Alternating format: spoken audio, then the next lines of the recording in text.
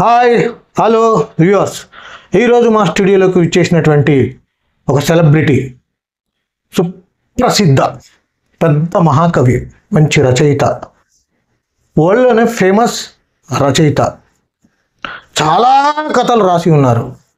మీ అందరికీ ఈరోజు ఆ సెలబ్రిటీతో మిమ్మల్ని పరిచయం చేయాలని మా ఎన్కేఆర్ క్రియేటివ్ స్టూడియోస్ తరఫున శుభాకాంక్షలు తెలియజేస్తూ విచ్చేసినటువంటి మా రచయితకి హాయ్ సార్. నమస్కారం అండి. సార్ మీ పేరు చెప్తారా sir? First I thank the NKR creative studio management people for allowing me and accepting me to give an interview through this studio. Thank you very much. నా పేరు మంత్రి ప్రేగడ మార్కండేయులు, హైదరాబాద్లో ఉంటాను. సార్, నేను చాలామందిని చూశాను సార్, చాలామంది సీనియర్స్తో పనిచేశాను, చాలామంది రచయితలతో పనిచేశాను సార్. ఈ ప్రతి ఒక్కరు కూడా సినిమా ఫీల్డ్లో రచయిత రచయిత రచయిత అని చెప్పుకుంటున్నారు. అసలు what is the meaning of రచయిత? ఒక రచయితకి ఫుల్ ఫామ్ చెప్పగలరా సార్?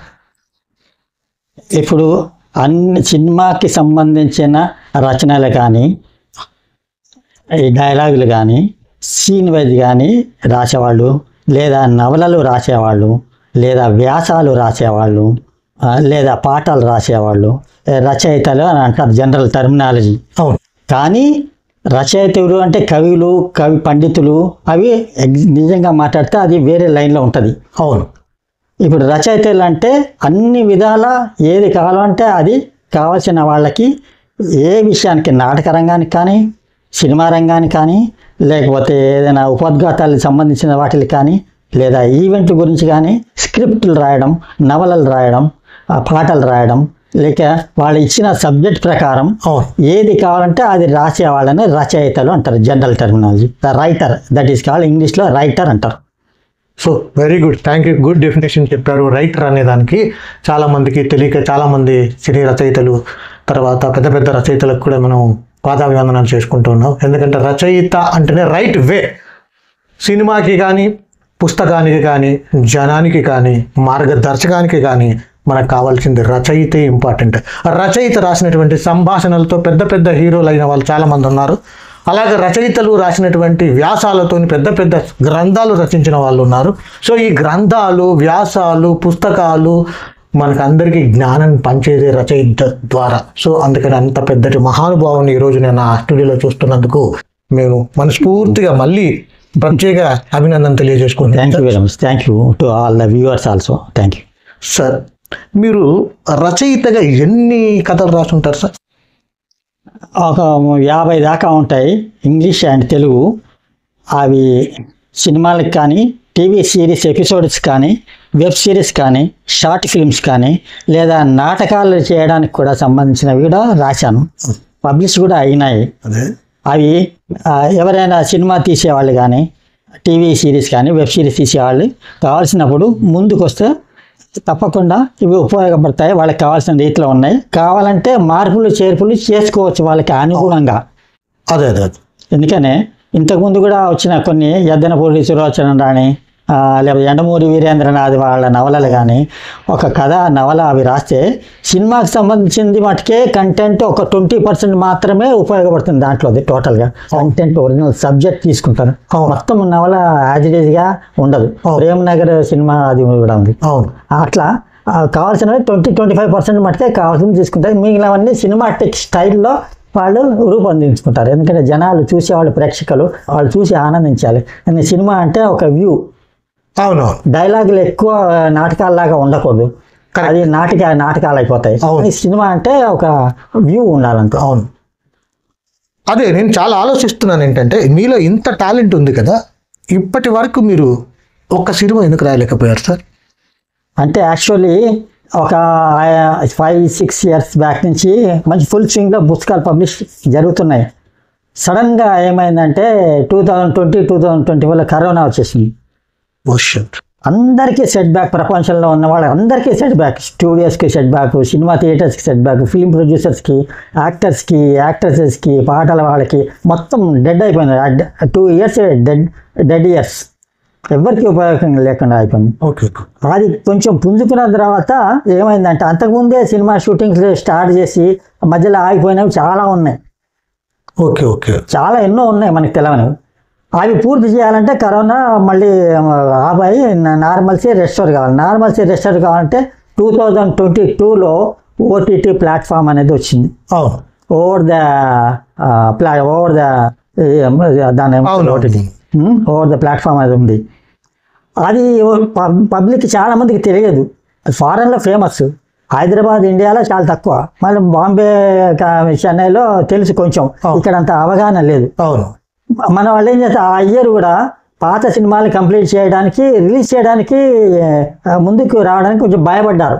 ఎందుకంటే సినిమా థియేటర్స్ లేవు, అవి మళ్ళీ రెస్టోర్ కావాలంటే డిస్ట్రిబ్యూటర్స్ కావాలి, మళ్ళీ ఫినిషింగ్ చేయాలంటే ప్రొడక్షన్, పోస్ట్ ప్రొడక్షన్ ఉంటాయి, పాటలు రికార్డింగ్ అన్ని షూటింగ్. అది రిలీజ్ చేయాలంటే తీసుకునే వాళ్ళు ముందుకు లేరు. అవును. లేరు, ఎందుకంటే డబ్బులు ఇన్వెస్ట్ చేస్తే వస్తాయో రాదో తెలియదు. కరోనా తర్వాత ఎవరి దగ్గర పైసలు లేవు, కరోనా టైంలో.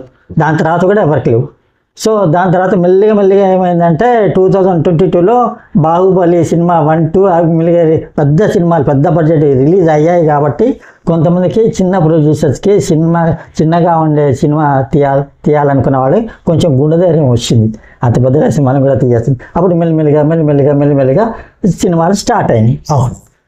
టీవీ సిరీస్ కూడా లేవు. తర్వాత కరోనా తర్వాత టీవీ సీరియల్స్ కూడా అంతకుముందు వచ్చినంత కూడా లేవు. అవును. ఎందుకంటే టీవీ స్టూడియోస్, ఛానల్స్ అవి కొంచెం ముందుకు రాలే. అప్పుడు ఎన్ని సీరియల్స్, బ్రహ్మాండమైన సీరియల్స్ ఈటీవీలో, వేరే ఛానల్ జెమినీ టీవీలో. అట్లా ఇప్పుడే కొంచెం పుంజుకుంటుంది. ఇప్పుడే పుంజుకుంటుంది. మొన్న సినిమా, చాలా సినిమాలు వచ్చాయి. మళ్ళీ ఆదిపురుషు, దాని తర్వాత మళ్ళీ పుష్ప సినిమా. కొంచెం పుష్ప సినిమా అంటే ఇప్పుడు కొంచెం ఏదో గొడవలో ఉన్నట్టుంది, అది నార్మల్స్ అయిపోతుంది. కానీ మొత్తానికి తీశారు, పెద్ద బడ్జెట్ వాళ్ళు కూడా వచ్చారు, తీశారు. కానీ కరోనాకు ముందున్నంత స్వింగ్ వేవ్ ఇప్పుడు దాకా అందుకోలేదు. ఎందుకంటే ఫస్ట్ పాయింట్ ఏంటంటే, 2 పాయింట్స్ ఉన్నాయి. ఫస్ట్ పాయింట్ ఏంటంటే ఈ ఎకనామిక్ కండిషన్స్. మోదీ గారు, ప్రైమ్ మినిస్టరు, తర్వాత గవర్నమెంట్ ఆఫ్ ఇండియా వాళ్ళు ఇంట్రడ్యూస్ చేసిన economic situations, money cash flow strict అయిపోయినాయి. త్రూ ఆన్లైన్ ఫెసిలిటీస్ అయిపోయింది. బ్లాక్ మనీ లేదు. 2000 నోట్స్, 1000 నోట్స్ క్లోజ్ లేవు. ఒక 500 హైయెస్ట్ ఇన్ ఇండియా. మళ్ళీ రెస్టోర్ చేస్తే చేయొచ్చు, ఫ్యూచర్లో చేస్తారా అంటున్నారు. 500, ఈ 500తోని ఎన్ని కట్టలు పెట్టి పెద్ద బడ్జెట్లు కోట్లు పెట్టి తీయాలి. అది హైదరాబాద్, సికింద్రాబాద్లో వాళ్ళకి అయ్యే పని కాదు చాలా మటుకు. ఎందుకంటే క్యాష్ ఫ్లో చాలా మంది దగ్గర లేదు. ఎందుకంటే దానికి క్యాష్ ఫ్లో యూజ్ చేయాలంటే చాలా ప్రొసీజర్స్ ఉన్నాయి. ఇన్కమ్ ట్యాక్స్ కట్టాలి, ట్యాక్స్ రిటర్న్స్ పే చేయాలి, బ్యాక్లాగ్స్ క్లియర్ చేయాలి, ఈవెన్ యాక్టర్సెస్కి అన్ని 24 క్రాఫ్ట్స్ వాళ్ళకి కూడా డబ్బులు ఇవ్వాలి. అంత క్యాష్ ఫ్లో లేదు, ఇప్పుడు తగ్గింది. ఓకే. అని ఈ మధ్య కూడా మళ్ళీ ఏటీఎంస్ కూడా లేవు, క్లోజ్ చేశారు. క్యాష్ ఫ్లో ఎక్కడి నుంచి వస్తుంది? ఈవెన్ బస్సులలో కూడా చూపుతున్నారు స్కానింగ్. సో కాబట్టి ఇప్పుడే కొంచెం పుంజుకుంటుంది. ఈ సినీ ఫీల్డ్ అనేది ఏ దారి ఎప్పుడు వెళ్తుందో తెలియదు. దానికి తోడు కొంచెం సెట్ బ్యాక్ అయినట్టు అనిపిస్తుంది, స్పీడ్ బ్రేకర్ లాగా. ఈ పుష్ప సినిమాది హైదరాబాదు సినీ ఫీల్డ్ ఉండాలి, స్టూడియోస్ ఉన్నాయి, ఆంధ్రాలో ఉండాలా, ఇక్కడ ఉండాలా. ఇప్పుడు జిగ్జాగ్ ఉన్నది, కాంక్రీట్ డెసిషన్స్ తీసుకోలేకపోతున్నారు. ఎందుకంటే డబ్బులతోనే వ్యవహారం. సెకండ్ పాయింట్, ఆంధ్రాలో సెట్ చేయాలంటే ల్యాండ్ కావాలంటే ఆంధ్రప్రదేశ్ గవర్నమెంట్ ఇవ్వాలి. ఇచ్చిన తర్వాత లీజ్కి ఇవ్వాలి. లీజ్కి ఇచ్చిన తర్వాత వీళ్ళకి డబ్బులు ఇన్వెస్ట్ చేసి డెవలప్ అయిన తర్వాత మళ్ళీ ఫ్యూచర్లో వేరే గవర్నమెంట్లో వచ్చి ఏదైనా వచ్చి మళ్ళీ ఆ లీజ్ క్యాన్సిల్ చేస్తే మళ్ళీ అదొక ప్రాబ్లం.